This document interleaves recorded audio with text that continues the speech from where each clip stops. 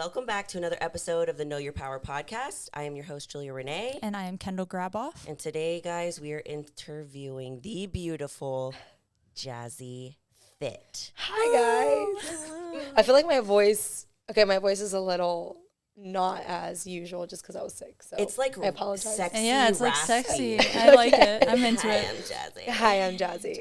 Okay. Guys, Jazzy is, we were just talking about this, but she's like the face of Darc Sport now. Oh my God. Oh my God. She's the owner of No Evil. She also is the guest, I'm not the guest, but the host of her own podcast, which is the Provocative Podcast. Correct. And so many more things that I feel like I don't know about, but we'll learn today. Okay. Yeah, I'm excited. I like learning people's background too of what got you to where you currently are. So I feel like that's what we usually start with is like take us back to the beginning. Where are you from? Where were you raised? What was that like? Kind of take us through it.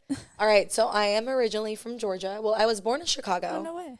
But I only lived there until I was like 1. And then my parents moved to Georgia and I was raised in Georgia in like really small towns, white predominantly. So I was like the only Hispanic in my school. Was that a car? Someone just beeped really loud. Oh my gosh. Okay. So yeah, I grew up in Georgia. I have 2 younger sisters, so I'm the oldest. I am fully Mexican. So I grew up with very traditional parents. My parents own a restaurant, and so I grew up in the restaurant business, kind of like taking care of that whenever they weren't there. I was kind of like manager. I started as like hostess when I was like 10. Like, hey guys, so how many young. too? Yeah, like they started putting me to work Yeah. at a very young age, and then I worked myself up to cashier and then waitress and then cashier and manager. So like when my parents would leave on vacation, I would be in charge of running the whole place and stuff like that.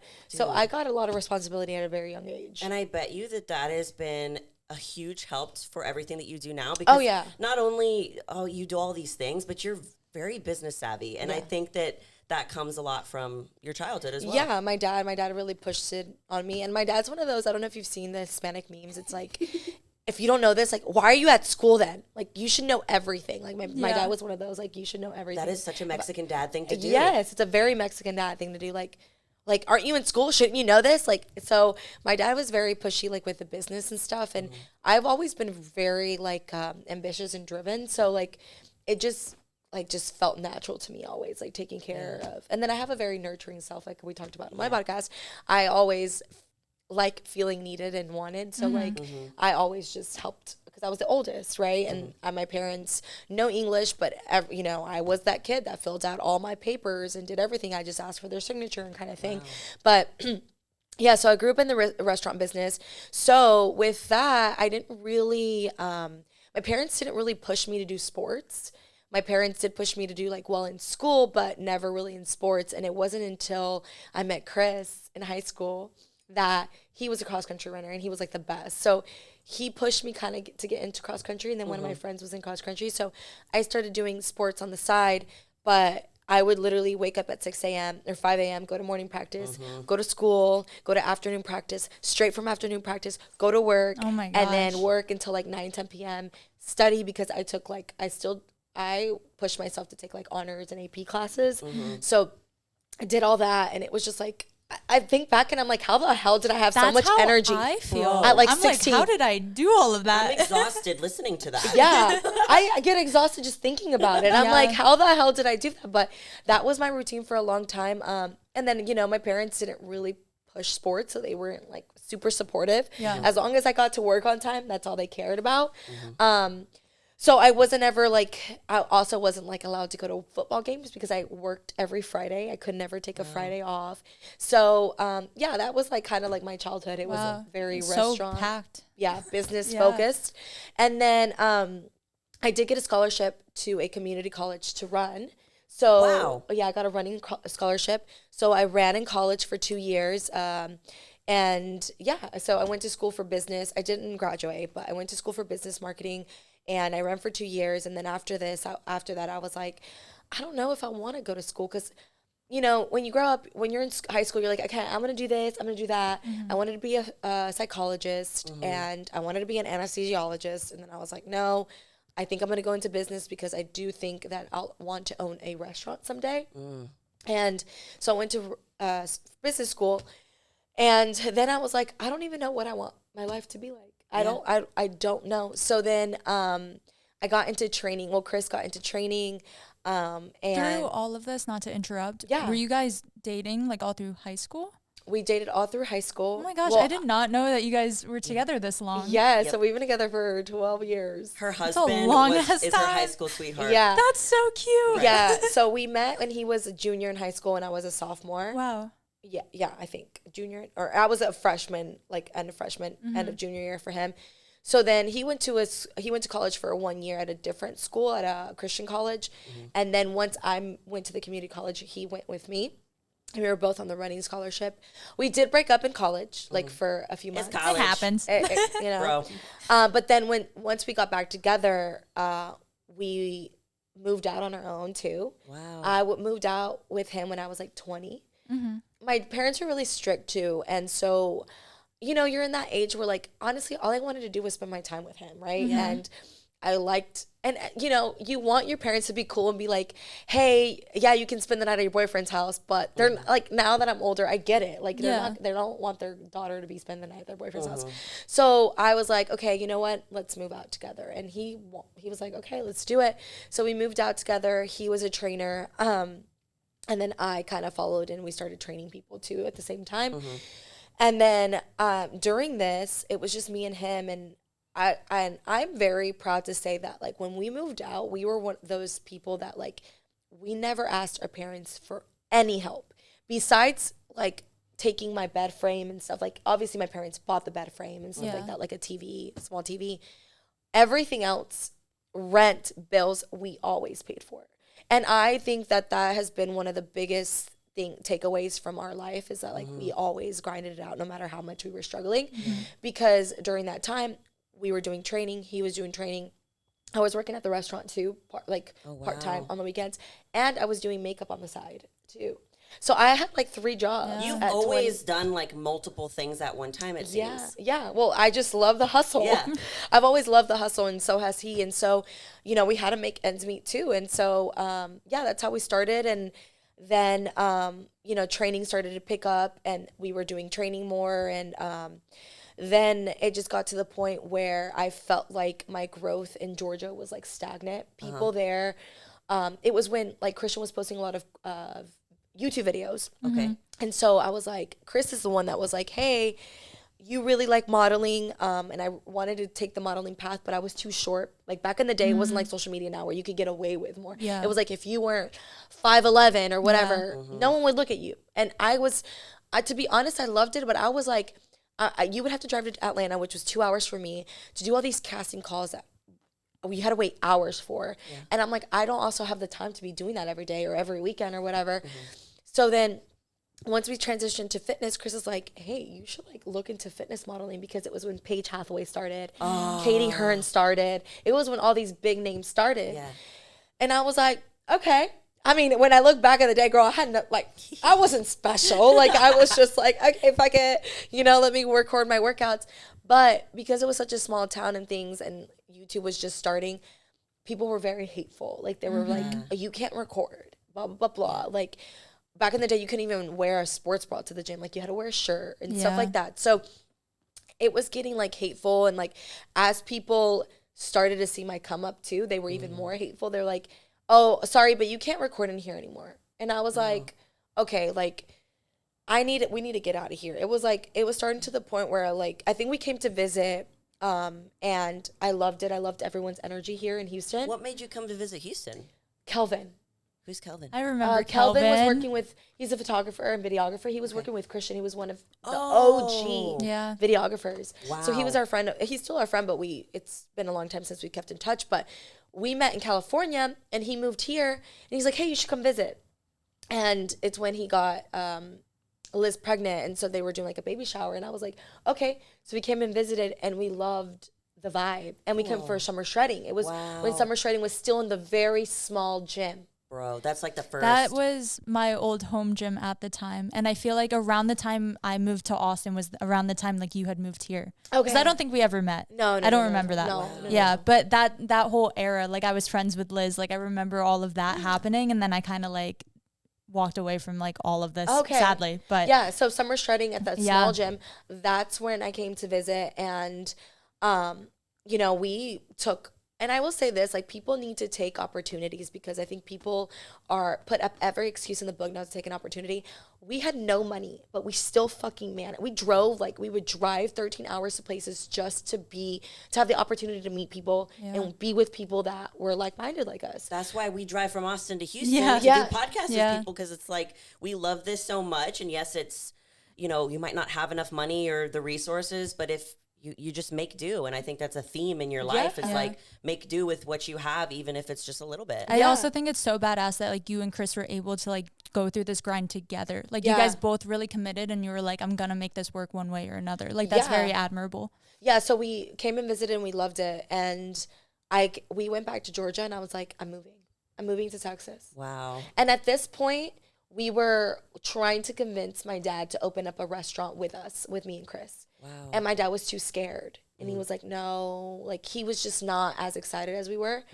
And when I finally realized my dad's not going to do this and we need to do something else because I can't do this anymore. I told Chris, I like called him. I remember the day I was waitressing and I just went to the bathroom. I don't know what it was. I just broke down and cried. And You're like, I'm fucking done. I called him. We were already married at the time. I was like, I'm moving to Houston. Either you come with me or I gotta get the hell out of here. He's like, fuck it, let's do it. So then when I finally told my parents, hey, we're moving, it was like a week before we moved and my dad was like, okay, we'll do the restaurant. I was like, it's too late. It's too late. Like I'm already moving. So we literally packed up all our shit in a month. We sold a lot of stuff and we brought everything in a Prius. What? In a small Prius. We packed all our clothes, all our belongings, my dog, Hermes, and it was just me and Chris. And we drove 13 hours and we moved here. We had looked at apartments. We got the apartment. And it was the best fucking decision that I've ever made in my life. Because I was like, if it doesn't work out, we can always move back, right? But what if it does? Like, how long have you been here? 4 or 5 years now. We moved 2018, so 4 years. September was 4 years. So while you were moving here, was this already the time where you were like starting to model for Alphalete, or was this like before even having that talk or opportunity? No, so I was modeling already for them. I was like, they had signed me on, and there's just not a lot of places where I live to shoot content either. Yeah. So I was like, I need to move somewhere, and so that's why too with Houston, I was like, let's fucking do it. Like Alphalete, it was when their like clothing brand for females was bare, like they had one legging and one crop top. So I was like, this is the best time to do it. So we moved, and that was a big push too. Like, okay, I'm with Alphalete now. It'll be great to move there. And so we moved here. Chris had to get a job at a car dealership. In the meantime, I did training, and then I worked with Alphalete just to make sure we made ends meet because rent was a lot higher than in Georgia. We were paying like $600-800 a month over there, and it went to like 1,600. So double. And so we were doing that for a little while, and then it got to the point where we were like, it was really hard with him working because I never saw him, because car dealership, I don't know if you've dealt with it. My mom's in that industry. It's crazy. It's crazy. Props to you guys if you guys have husbands, family members who do it. If you do it, it's great income, but like you're never home. And so I never saw him. So our relationship kind of suffered a little bit from that. And then the new move and everything, we actually got a little rocky there, but we were like, fuck it. Like, you need to quit and we need to do whatever it fucking takes to grow my online business. Like, let's fucking hustle. And that was what we needed. So he quit his job. And that was always our goal in life, is like, we want to be our own bosses. We want to work from home. I hate you having to leave me at like 7 a.m. I don't want that. I don't want the alarm to ring and you have to leave. So that was our main goal in life, is like, let's fucking be our own bosses. And so he quit his job, and then we fully submerged ourselves into online training, made sure we did everything we could with our sponsors so that we had like salary coming in every month. And then I built my ebooks and things like that. And then slowly, that's how we've progressed over the years, just like building from that. So at this point now, you're working with Alphalete. Like both of you have committed to this kind of joint lifestyle together, which is really, really cool. Yeah. Because when you can do a similar thing to your partner, they just like understand. And I know we were talking about this on our podcast where like having somebody that competes is really cool because they get it. Like they get what you're going through. So when did competing actually come in during this time? Because I know that there's a lot of people probably around you that are doing it. Maybe you got convinced. Like, how did that come into play? Well, competing came into time. Like, I competed in Georgia too. Okay. Yeah, Chris competed, and then we both competed. And people were competing in our gym too. So it was just kind of like one of those things where we were just kind of like, let's compete, let's do it. But back in the day, I personally didn't take it as serious as like, oh, I'm going to be a pro kind of thing. It was like, let's just kind of challenge myself. And then I think we started competing more seriously like 2 years ago when he was like, okay, his goal has always been, I want to be a fucking pro. From the beginning. From the beginning. Cool. He's loved it. My goal hasn't always been to be a pro. I just like enjoy. To be honest, I don't enjoy competing. I enjoy the process. Yes. Because I love the discipline. I love where it takes me. I love the challenge of it, the hustle. And it's not, because to be honest, I'm not a competitive person. Like I am with myself, but I'm not one of those people that it's like, I gotta beat her or I gotta be the fucking best. Like I gotta be the best version of myself. I can't, like I told you, I crack under too much pressure. So I don't like to think like I'm gonna be fucking number one no matter what. Fuck everyone. Like I don't. Chris is very competitive. I was like, Chris is the opposite, ain't Oh he? yeah. He's very competitive. He wants to be the pro. Like his goal has always been, I want to be a pro. You could see it in his eyes. Like when you meet him, you're like, this guy has fire behind his eyes. It's intense. I mean, for him, it's a little bit harder, with physique men now. They're massive, right? They're huge. And he's a very small guy. I mean, he weighed 120 pounds. Yeah. In high school. Wow. So he was a small guy.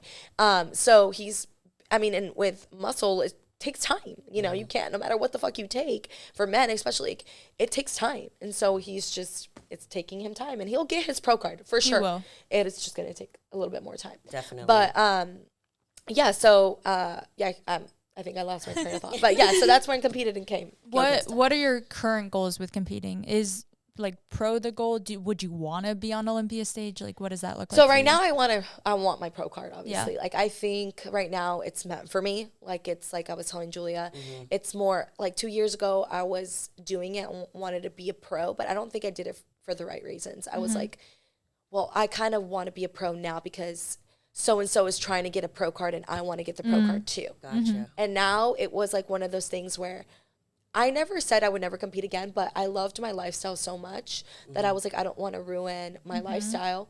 But there was this overpowering, people are going to think I'm crazy or whatever, but I'm a big believer in manifestation. So are we. So September, all year I've been seeing 11/11. Almost every single day. I wish on it every day. Single day. And so I was like, I don't know what this means. I don't know if it's for the provocative podcast because it's going to grow or whatever, but it means something, right? And so then in September, like it was, well, let me take it back. In June, July, when Chris was competing, he started prep in February. He's like, do you want to prep with me? I was like, absolutely not. Yeah. No. I don't want to compete. Like, I'm not ready. And then in September, I looked at him and I was like, dude, I don't know what the hell, but I want to compete. You were just like, I'm ready. It was like this weird feeling. And he's like, really? And I'm like, yeah. He's like, okay. And so I slept on it, gave myself like a week or two. And then I was like, I'm doing it. Because like, there's so many fearful thoughts. Like, oh my God, you're going to do this on your own. No one is prepping during this time. You're going to prep during the holidays, which is Thanksgiving.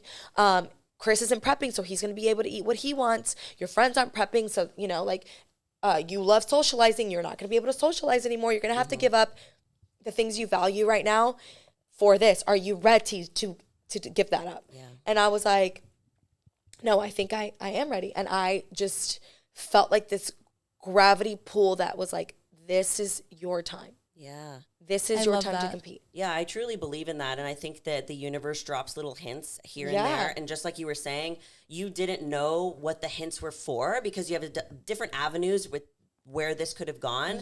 But you were just sitting there. It's kind of like you just listened for that whisper and it just finally hit you one day and you were like, boom, yes, I have to do this. Now, what do you think is the difference between your last prep and this one? Because you've changed so much mentally and physically from the last time till this time. What do you think got you there?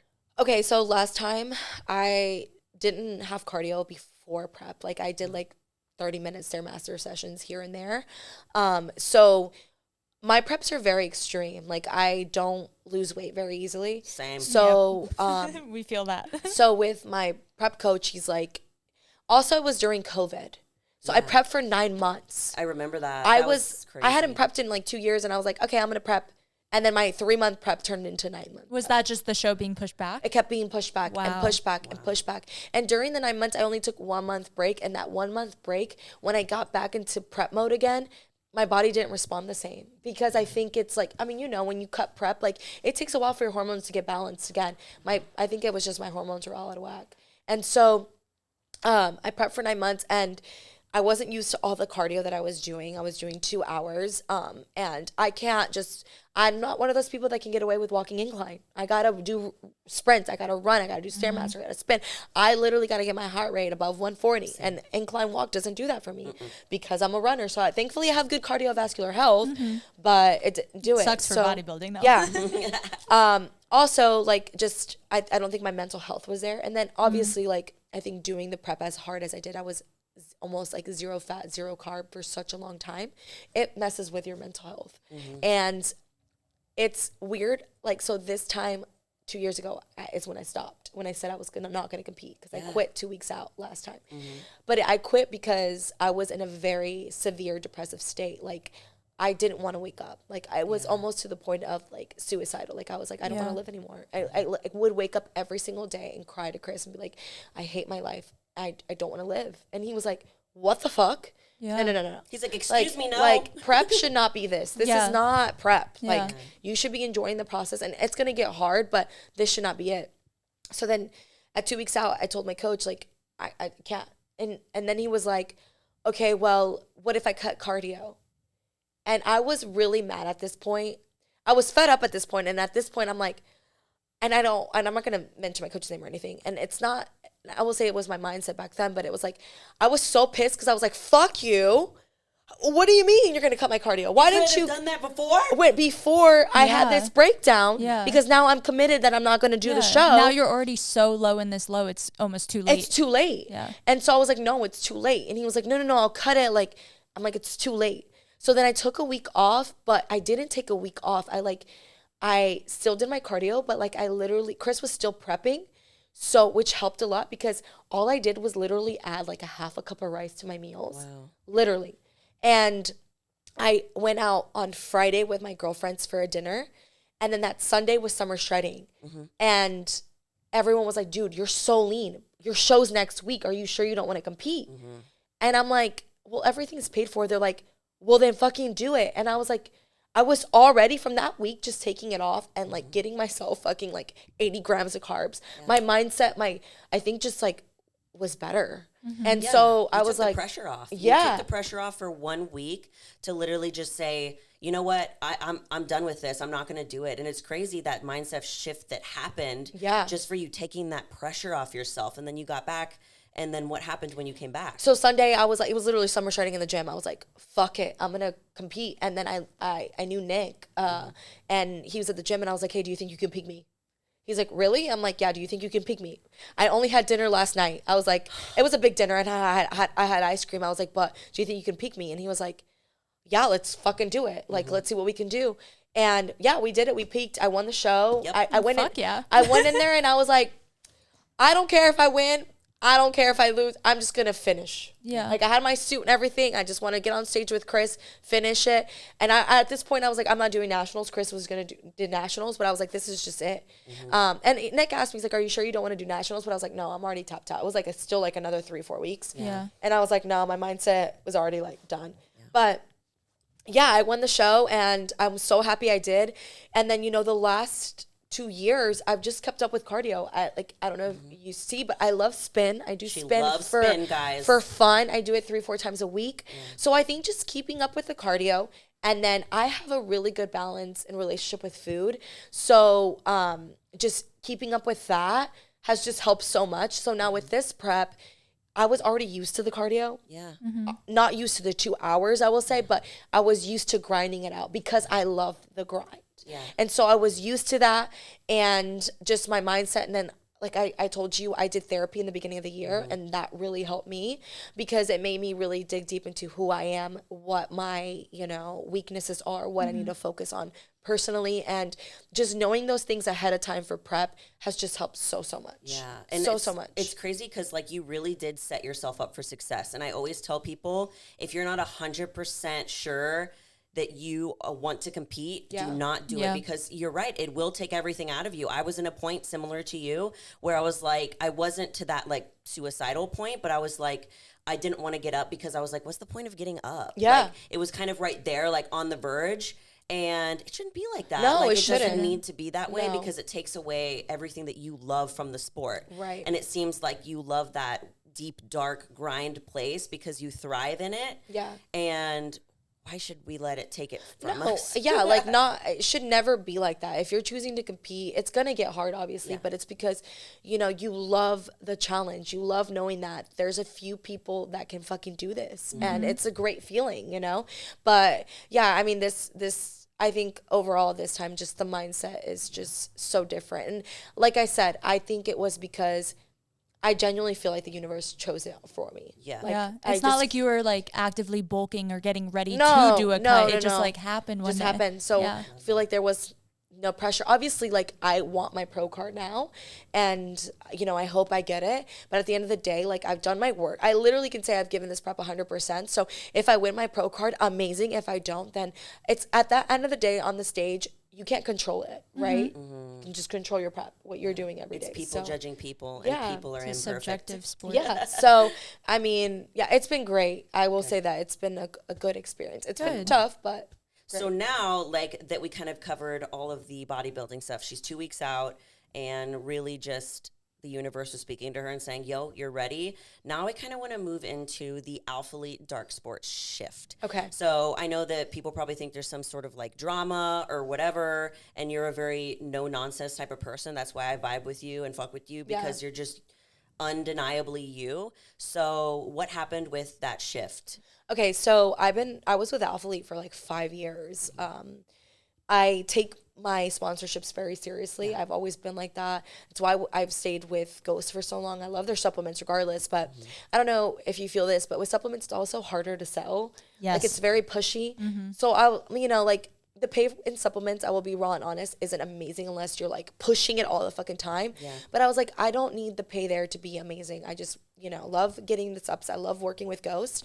So I don't want to shift like with anyone else, like and push another pre-workout. Yeah. So I've been with Ghost too for like literally since 2013. I've been with them for forever. Wow, that's amazing. A long time. Like 6-7 years.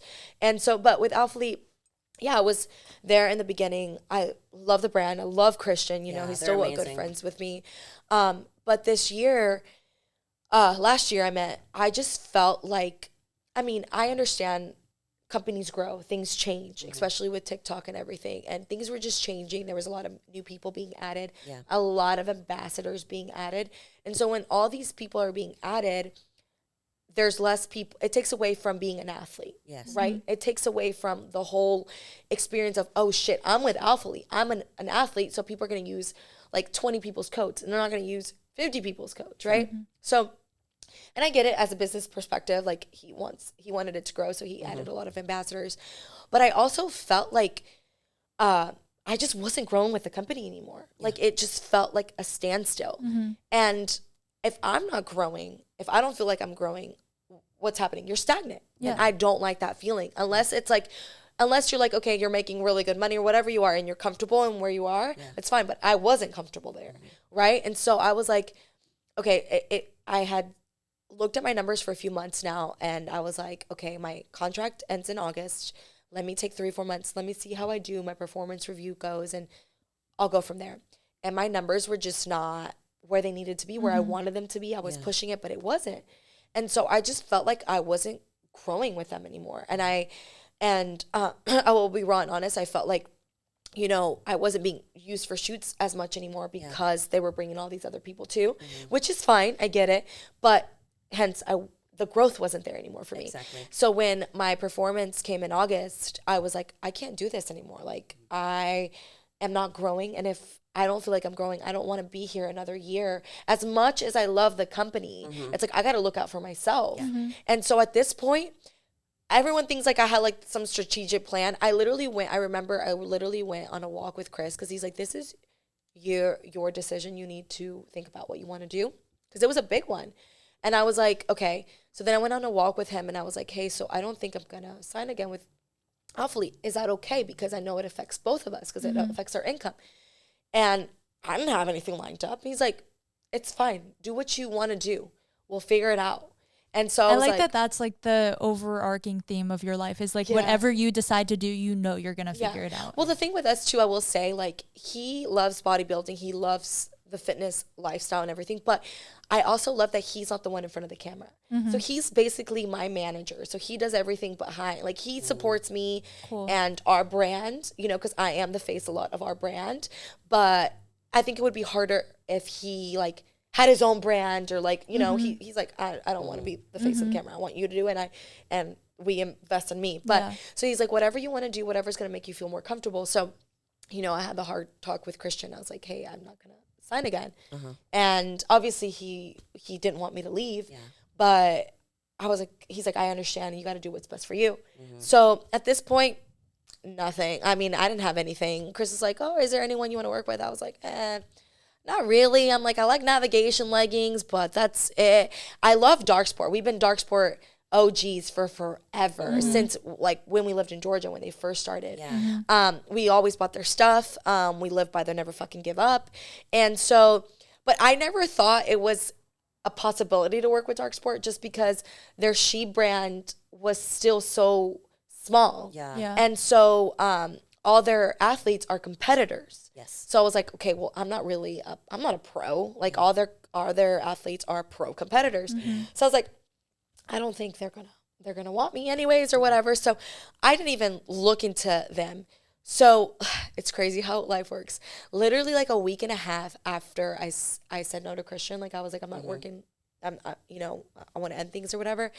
So nothing bad happened. We both agreed that it was fine. A week and a half later, I got an email from Darc Sport. Wow. And you didn't even reach out to them, correct? No. Yes.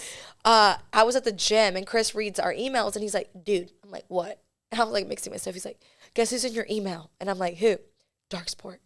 I'm like, are you serious? And he's like, yeah. I was like, oh shit. That's amazing. It's one of those like stars aligning, like perfect timing. I was like, oh shit. Okay. So I was like, all right, fuck it. Like, let's see what they got to say. And so at first it was like a temporary trial period where, and to be honest, it hit my ego a little bit because you have to kind of like. Yeah, you went from like number one Alphalete to like bottom of the pool. Yeah. But you have to. Yeah. You know, and Chris was like, you need to fucking sit your ass down, bring your ego down, and like you need to get a reality check. You're not some fucking big star name or whatever. Because, you know, your ego wants to take over and be like, no, I deserve this much or whatever. He's like, you haven't proven yourself shit to this company. You don't know. They don't know what you're worth. So you got to prove to them that you're worth them having. And I was like, okay. So I did a trial period with them. I went to Olympia with them last year. I remember. As just a working girl. And I was like, fuck, how is I going to feel being a top athlete to now I'm just going to work? I remember I saw you then and I saw you a little bit afterwards. And I remember we had this conversation. You were like, it's rough. Like that transition is rough because you're so comfortable and you're loyal to a company for years. And then transitioning into a new environment, new values, you know, the way that they operate. It's like culture shock. But the trial period went great. And we signed a contract in February and March, and it's been such a great, just amazing change. Like it's been great with them. I feel like I fit in with them for a long time. I was like, well, how am I going to fit in? Because I'm not a competitor. But that's what they loved about me. They're like, we love that you train like a competitor. You live the lifestyle of a competitor. You're just not a competitor, and that's fine. But you've competed before, so you understand the grind. You understand what it takes. And so they love that. And, you know, a lot of my following is women who just want to live a fitness lifestyle. And so, yeah, so it's been great working with them. And I think a lot of people are like, did they push you to compete? Absolutely not. I was about to ask. No, no, not at all. Like they always thought, I think the last conversation I had with them in January, I was like, yeah, I don't think I'll compete again just because of the hormonal aspects. Because that for me is the hardest part, is the after. Yes. The hormonal aspect. Getting back to baseline. So I was like, I don't think I'll ever compete because of that. But I was like, you guys know that I love the grind. I work really hard. So, I mean, but I'm never going to say never, because you never know. And so when they found out that I was competing, they were so excited. They're like, oh my God, you're competing again. Oh my God, yay. So it wasn't because of them. But I will say this, like every shoot that we've done, it is so fucking inspiring being among the fucking best of the best. That it's like this energy that you feel that you're like, fuck, I want to. Yeah. Like, I want to be especially last year at Olympia, I was like, oh God, I'm going to compete again. I'm going to compete again. You're like, I just fucking feel it. Yeah, because I'm like, dude, when you're surrounded by that energy, it's like, whew, it's overpowering. I literally turn into a bro. I'm like, let's go. Yeah, literally like that. Like, it's just been amazing. So the last shoot we had, it was just, the energy's there. And like, it's not that Alpha League didn't, Christian competes, but no other girl competes either. Yeah. So no one understood where I was coming from. So when you're with, like, all I do is, like, I love my teammates following them because they understand the fucking grind. They're posting about it. They're fucking suffering, like, especially right now, everyone, because I am trying to do the Olympia amateur, everyone's prepping at the same fucking time. Everyone's grinding it out at the same time. So it's a good feeling not to feel alone. It's nice to, like, have this team, and especially if, like, you are at the Olympia at the same time as them, like, having that community there so you're not alone. Yeah. So, and that's why I chose the Olympia amateur. I was like, what better experience than to work my fucking pro? Dude. To go pro at Olympia amateur, and then a few days later, we have the Olympia. Wow. So, yeah, so I compete Tuesday, and then I work I'm there for the expo Friday and Saturday, and the competition's on Saturday. So I was like, this is fucking perfect. This is it. Dude, I want you to turn pro so bad. I know, let's fucking manifest that shit. I'm so fucking down. Yeah. And it seems like really, like, a lot of the things that we've been talking about, they include manifestation and really just tuning into yourself and your own thoughts and getting cues and signals. Yeah. How do you feel like you do that with yourself? Because look, it could be so easy for you to get all of these clues that something needs to happen to make a shift, but actually shifting is the hardest part. Yeah. So how do you listen to your intuition when it's telling you to go this way or to leave this person or to do this thing? How do you do that? Because I think people struggle. Well, for me, for a long time, like I said, this year, it's been looking at 11-11, right? It's been seeing on the numbers. So I just, for a long time, you and I talked about it. Like, I felt like I had to make something happen. But instead I was like, okay, something's happening. I know something's going to happen. So I just got to work every day. I just got to work every day and be the best that I can, right? So I let go of the pressure of I got to make something happen. Yeah. Let go of the pressure and just did what I had to do, be myself, work every day. And then I I am big on taking cues. So like sometimes dude, you know your body, when you're feeling down. So if you're feeling down, I promise you, whatever fucking motivational podcast video, whatever you look up, it's going to speak to you that day. I'm a firm believer of that. Definitely. And sometimes I need Joel Osteen, who talks about God. Sometimes I need was just gonna say Kobe Bryant. Bro. Sometimes I need E.T. What's the guy? E.T. What's his name? C.T. Fletcher? Not C.T. Fletcher. But also him. E.T. What's his name? He starts with an E. He's on Ed Milet? No. Ed Milet is great too. Sometimes I need him. Literally just listened to him on a run the other day. Yeah. Needed everything that they were talking about. You just need to listen to yourself. I think a lot of people just want to distract themselves. And I used to be like this with everything else, with work, whatever. Just fucking wake up and breathe and listen to your body and think about what it is that you need and listen to that. Okay, I'm stressed today. What's going to help? What do I think is stressing me out? What do I think is going to help me? Is it God? Is it a motivational podcast because I'm dealing with lack of motivation? Is it this? And whatever it is, listen to that and you will attract that and it will speak to you. I am a firm believer in that. And to be honest, I'm not trying to throw shade at anyone, but I am not one of those people that watches reality TV. What the fuck are you wanting that drama energy for? Yeah. Like, instead of watching... I love that shit.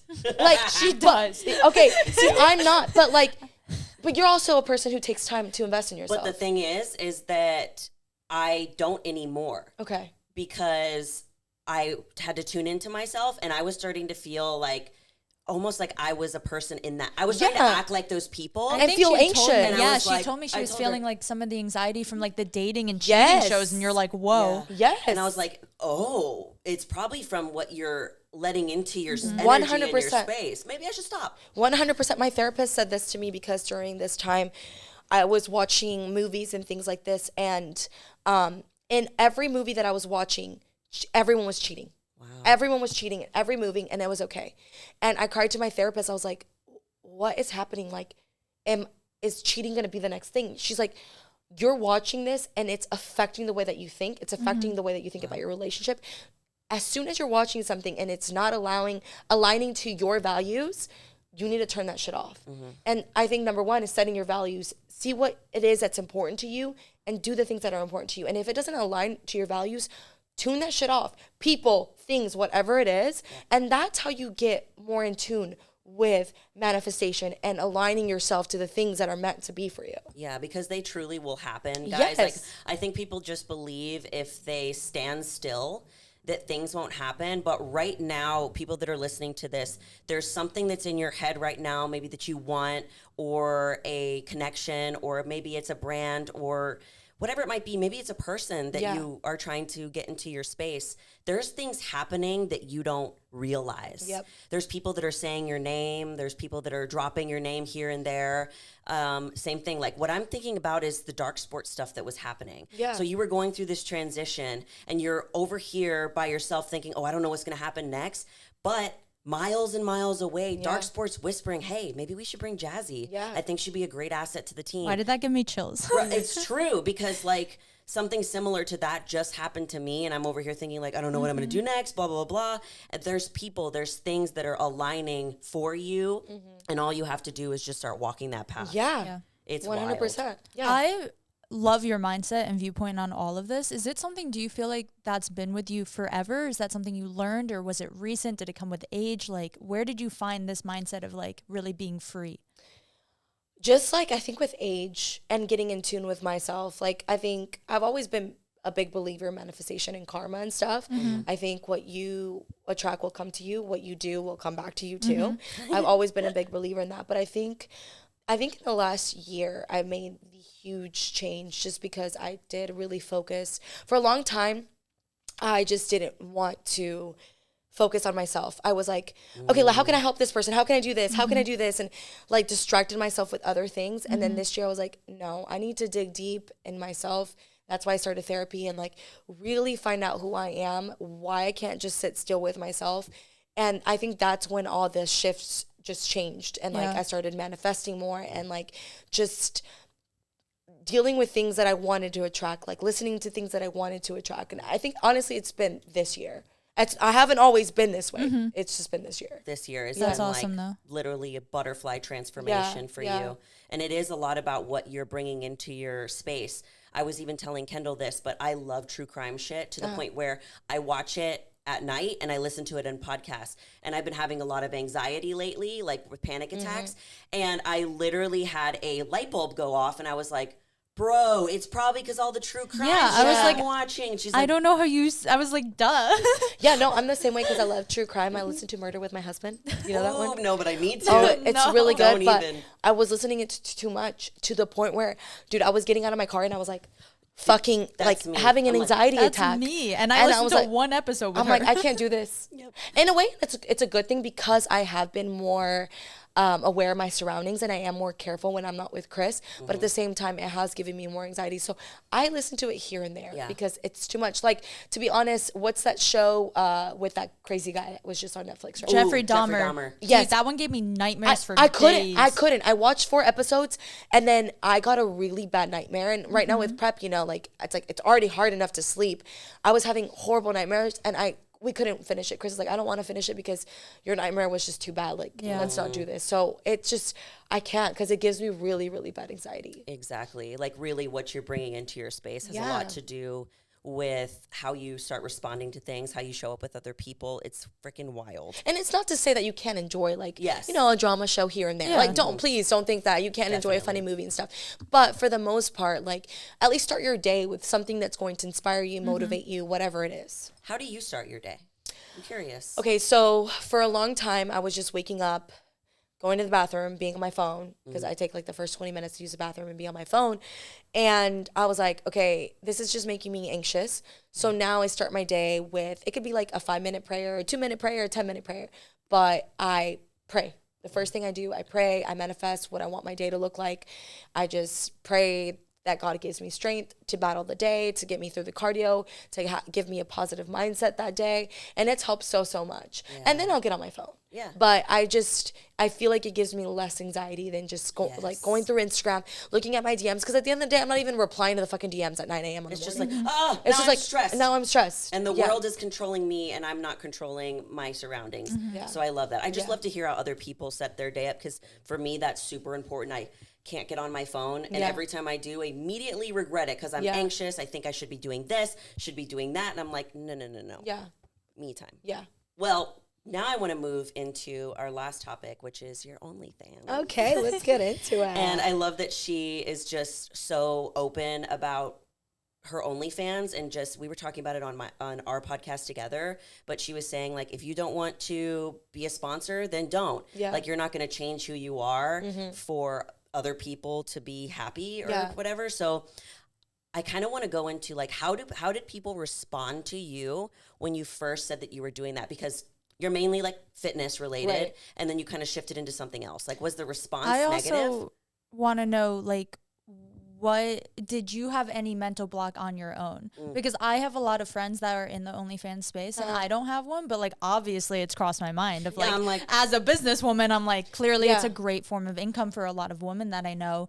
But I do know that like myself and others have like battled with that. Like, do I make that jump? Did you have that little like moral combat? Yeah. Oh yeah, 100%. So I was doing Patreon in 2020, right? Because we're 2022, so I've been doing OnlyFans for like 2 years. So I was doing Patreon, which is like a OnlyFans, but like smaller. Yeah. And so OnlyFans came up during like COVID, and like Chris is like, he's the one that does all the research, a lot of the research. And so he was like, hey, do you want to transition to OnlyFans? Because he was following all these models and they were like pushing it. And I was like, I don't know, what do you think? He's like, well, you got to be ready because it's going to have a whole different stigma because it came from a lot of porn stars using it. And I was like, literally the name. It's just the name. Yeah. Because you could do the same thing on Patreon. Yeah. But it's the OnlyFans name that shifts everything. Yeah. It's wild. Yeah. So it took me a while. I was like, you know, I don't know whether to do it, whether not to do it. The first person that I talked to besides Chris was Christian. Because Athlete was my main sponsor. Gotcha. So I was like, hey, if I do OnlyFans, are you going to be okay with it? And he was like, yeah, do you. Do whatever you got to do. Awesome. He was very supportive. I respect that. He's like, do whatever you got to do. And I was like, okay. Now, my other sponsorships, they weren't as crazy about it. So then I did it, made a killing my first month. I think I made like $10,000 my first month. Wow. And I was like, fuck. $10,000. This is nice. Dope. Especially as someone that's been like grinding for years and years and years. It feels like such like an instant. And it's different when you make your own money. Like it's different than just working on a sponsor and you're making money for them and it's just a commission. When you're making your own fucking money, it's just a different vibe. And if you want to make more, you can make more. Yeah, you can make more. That's what I love about owning your own business. Because you can make more if you want to. You can pull back if you want to. Yeah. So then my other sponsors weren't as happy, and I had a call with them and they're like, dude, we're not happy with it. Like, we need you to stop. And I was like, do you want to pay me more than what I made last month? Do you want to pay me more or not? Because that came up. They're like, well, what if we up your salary? And I was like, at this point, I was already making $20K. And I was like, you're going to have to pay me $20K. And they're like, oh, no, we can't afford that. I was like, well, I'm not giving it up. So either you give me up or, you know, you're okay with it. So then it was like, okay, fine, but you don't get your own collab. And I'm like, that's fine, because we can't push you as much. I was like, it's fine. I'll take that. I'll take that. So did you lose any companies that you were working with? You don't have to say names or whatever. No. Did you lose anybody? No, I didn't lose anybody with OnlyFans. So then when Darc Sport came, that's the first thing I said. I was like, hey, I have my OnlyFans. Good. I'm very sexual on my, like, not sexual, but I post like in underwear on my phone, on my Instagram. If you guys are okay with that, then I'm on board. If not, then we can't work together. And they're like, oh no, do what you got to do. Cool. Yeah. I'm like, okay, they've never said anything. So like, what you want to do on your own, as long as you keep up with our agreement, is fine. So they were really supportive. But yeah, there's like a lot of morality that goes into it, right? Especially with being in a Hispanic family and things like that. But I've always been like, it's always been me and Chris. As long as Chris is okay with things, that's all I give a fuck about. You know, so awesome. I don't care what anybody else has to think. And so for a long time, like people like, you know, they always wonder, why didn't you hide it? I'm like, what's the point of hiding it? If I'm hiding it, then I'm going to feel more bad about it. It feels like I'm hiding it and I should feel guilty about it. Yes. I don't feel guilty about it. Yeah. Like, if you it's just like part of your brand now. Yeah, it like insinuates that you should feel shame and guilt around it. And I don't. Yeah. And I'm like, if my husband's on board with it, then I'm happy. The only thing I will say is that we had boundaries at the very get-go. You have to set boundaries. And I've talked about it in other podcasts. Like, you have to go into OnlyFans and say, I'm only going to do this and stick to it. Yeah. Because the line gets blurred the deeper you go. Because it is just a photo. So you're like, it's just a photo of my tits. So, yeah, I could take a photo of my butthole. It'll be fine. Yeah. But you said you weren't going to do the photo of the butthole because things get easier, right? So you have to make sure you don't cross the line. So we set a boundary, and I haven't crossed that boundary. Good. So I do. Love that. I don't do full nude. I do boobs, but I don't do on my VIP. But I don't do like vagina shots or like full on butthole shots or anything like that. There's no sex tapes, no nothing like that. That was never going to be a thing. Yeah. But yeah, I mean, and people ask for more. They're always going to want more. But at the end of the day, you get what you get. Yeah. You want to pay for it, great. I don't, you know, some people want to get upset. Like some dudes want to get upset. It's like, I don't have a gun to your head saying, pay for this shit. Yeah. You're paying for it because you want to. Yeah. That's it. If you want to see me, you're going to have to pay for it. If not, there's free porn. Go watch free porn. Yeah. Which is fine. So it's like, if you want to see me, this is what you're going to have to pay. So don't complain about it because I'm not the one telling you to pay for it. Yeah. So, and you know, this is what I'm going to offer. I'm not going to offer more. And this is it. But it's been, honestly, besides the fact that people wanting more, it's been great. Like I have my limits. I set my boundaries and it's been amazing. And it's great. I'm lucky that I do it with Chris. Like he's the one that shoots all my content because I couldn't. I love that's way more comfortable. Oh yeah. Awesome. And that's the thing. Like a lot of photographers want to shoot content, but I'm like, absolutely not. Like, and they want to shoot lingerie, and I'm like, scared. Absolutely not. Like I my bring husband. Kendall with me. Yeah, no, I would not. And I'm like, no, like my husband does lingerie shoots, so I'm not doing shoots with anyone anymore. Like it's just, if you want to do fashion shoots, I'll do it. But anything lingerie, anything mildly sexy, it's gonna be with Chris. I'm awesome. Like, so he does it all. I get to oversee everything, make sure that like, you know, everything that we post is, you know, what I like and aligns with like the values and boundaries that you set. Yeah. That's amazing. Yeah. I know that when you first kind of announced that you were doing it, correct me if I'm wrong, but I feel like a lot of people were giving you hate and you were going on your story constantly. Yeah. And just like speaking your piece and speaking from your heart and like your intention. What happened during that kind of period? Because I feel like people just kind of like forgot and got back to their minding their own fucking business now. Yeah, well, I mean, I think OnlyFans is more acceptable now, right? Yeah. I think a lot more people are doing it, so it's a little bit more acceptable. But yeah, back in the day, like I just kind of explained, like, okay, this is what I'm doing, this is why I'm doing it, and if you like it, cool. If not, then whatever. It's my decision. I know that I don't have a traditional marriage. Like, you know, not every husband would. You know, not everyone thinks the same, and it's okay. Like, I respect what you got to say. Like, I know some men would never be okay with it. Some women would never be okay with it, and that's fine. Like, I respect what you got to say. I respect what you think is okay. Just respect what I got to say. This is my life. You're not living it. It's what you said. No one can be Jazzy. No one can be Julia. So it's like, this is me. I'm okay with it. I sleep great at night. You can sleep great at night, too. Yeah. It's not affecting you. That's the thing. It's like, if I'm okay with me, why can't you be okay with me? People love being in other people's business. They love other people's drama. There would be people that'd be like, "Oh my god, I feel so bad for her husband. Why, bitch? Why? He's living a great life. Eating a great dinner tonight because of it. He just got a great birthday gift. He's driving a fucking Porsche. Like, why do you feel bad for my husband? That's so funny. He gets sex daily when I'm not on prep. So why are you when I'm not on prep? Yeah, no, right now it's like I get zero. it. I get it. But, I'm gonna lay here. Yeah, but like, bitch, you don't gotta feel bad for my husband. Feel bad for yourself. Like, he's living life. He's living life. I would not be doing it if he wasn't okay with it. Yeah. So, and I feel like y'all have very clear boundaries and respect in your relationship, and I think that's freaking awesome. And it's fun too. Like, to be honest, like when we shoot content, we always like 99% always have sex afterwards. And like it's it's like exciting. It's exciting. Yeah. It's like cute. Like you're already all dressed up. Like it's a nice thing. Like I don't know. It like brings us closer. It's weird. Not weird It's for other people. I think it's cool. But it's like it creates that connection that can easily be lost in a relationship very quickly. Yeah. And I think that's freaking cool. Yeah. The last thing that I want to end with was, if you were to give any advice to anybody maybe that wants to start an OnlyFans or wants to have anything similar to what you do, like a podcast, hear sponsorships, like what would you tell her or him?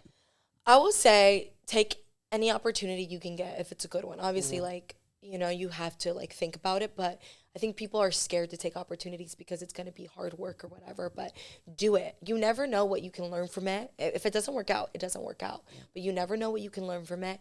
And don't hold yourself back because of what other people may think. Yeah. You know, for me too, like, it's like, you know, people want to have an input on your life for everything you do. They're always going to.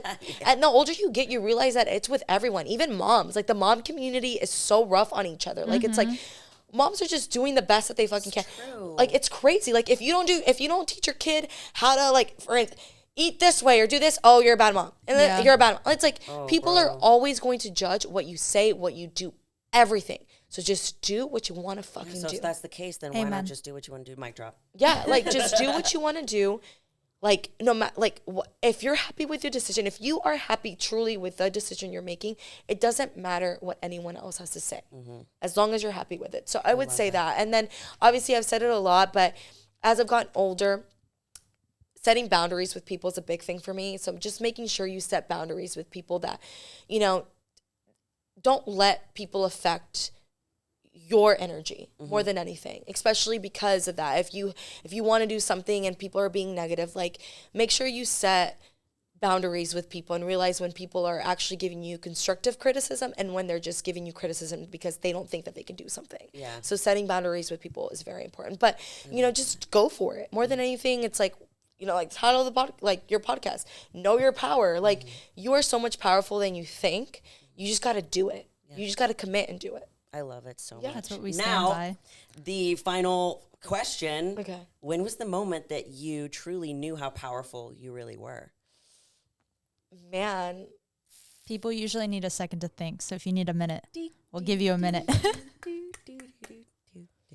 I don't know. Like, I feel like it was around this time last year, November, when I, like, started my podcast, because I was like on and off about starting one, because I was like, oh my God, am I good enough to do the podcast? Am I going to be able to speak well? And, you know, people want to judge you for speaking and stuff like that. Like, I was like, oh my God, am I ready for this? And I think that was the turning point where I was like, no, I can do this and I can do anything else. And I think after that, because I didn't sign with Darc Sport at this time, but I was working with them. So at this point I was like, hell, if shit aligned here, shit's going to keep aligning for me. Yeah. So this is what it's meant to be. So I think it was November of last year. That's I like amazing. That it was like a really recent moment too. And then as you expressed, this whole year has kind of been like a change for you. Yeah. That's badass. Because once you notice like one thing that you can do and your power around that, it's like, oh, and then I can do this. Yeah. And then I can do this. And that's what truly finding how powerful you are is. Things just keep happening after that once you start really believing in that. Yeah. And your life is an example of that. So I appreciate everything that you do for this fitness community, everything you do for all of the women out there, for your podcast, and just being an OG. And even sharing your story with us today. I feel like it was very insightful. I like your mindset a lot. Definitely. Thank you. Appreciate it. So where can people find you? _Jazzy Fit, because Jazzy Fit was taken back in the day. So _. You need to get that now. I know. Jazzy Fit, and then obviously I have my provocative podcast. But yeah, all my links and everything is under Jazzy Fit. Cool. And we'll put the links too in the description, guys, so that you can follow Jazzy and listen to her podcast as well. Thank you so much for being on. Oh, thank you guys so much. This was so much fun. It was fun. Yeah. Well, guys, thank you so much for listening to another episode of the Know Your Power podcast. As always, we love you all so much, and you are more powerful than you think. Bye. Bye.